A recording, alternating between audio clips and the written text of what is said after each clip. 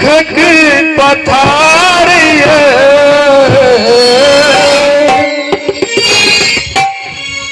जिंदगी में लागल छै माँ दुखक पथार लिख लो कोना कमैया हे लिख लो कोना के मैया एहन कपार है लिख लो कोना मैया एहन कपार है लिख लो जिंदगी में लागल दुखक पथार जिंदगी में लागल दुखक पथार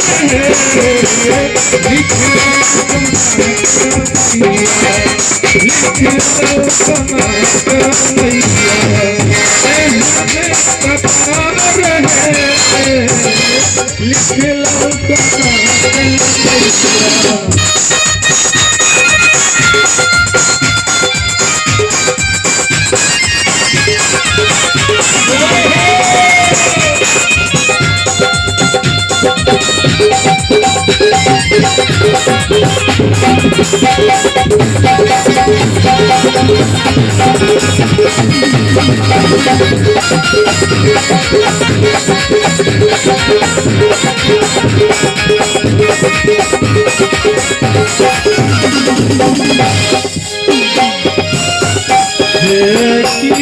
पूजा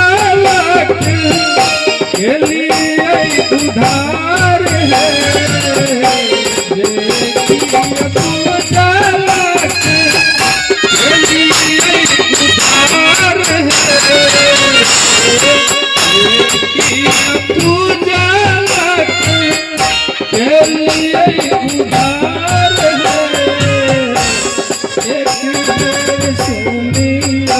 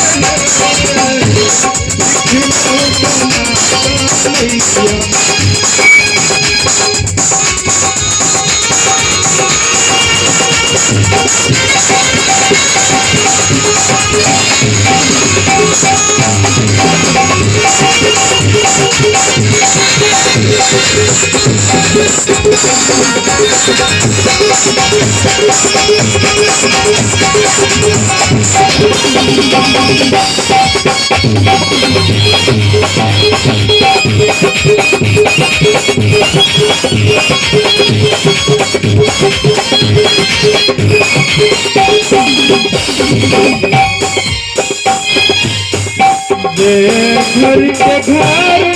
देलो भूखल के आहार घर के घर देलो भूखल के आहार हमरा किया हमरा किया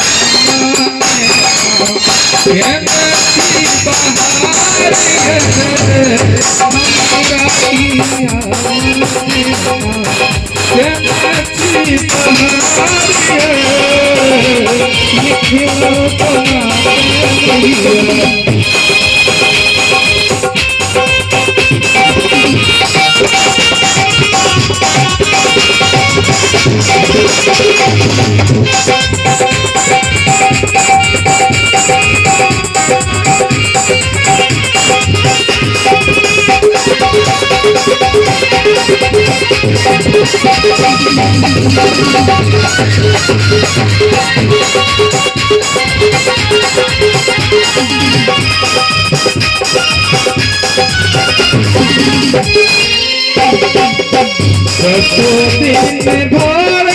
साँझ हम दुआ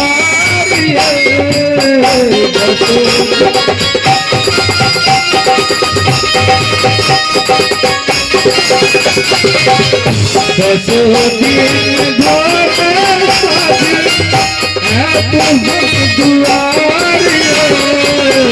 दसों दिन धोर साजी अब हम दुआर नीपा बकरिया नीपा बकरिया राहे आहार नीपा बकरिया राहे आहार लिखा बनाते भैया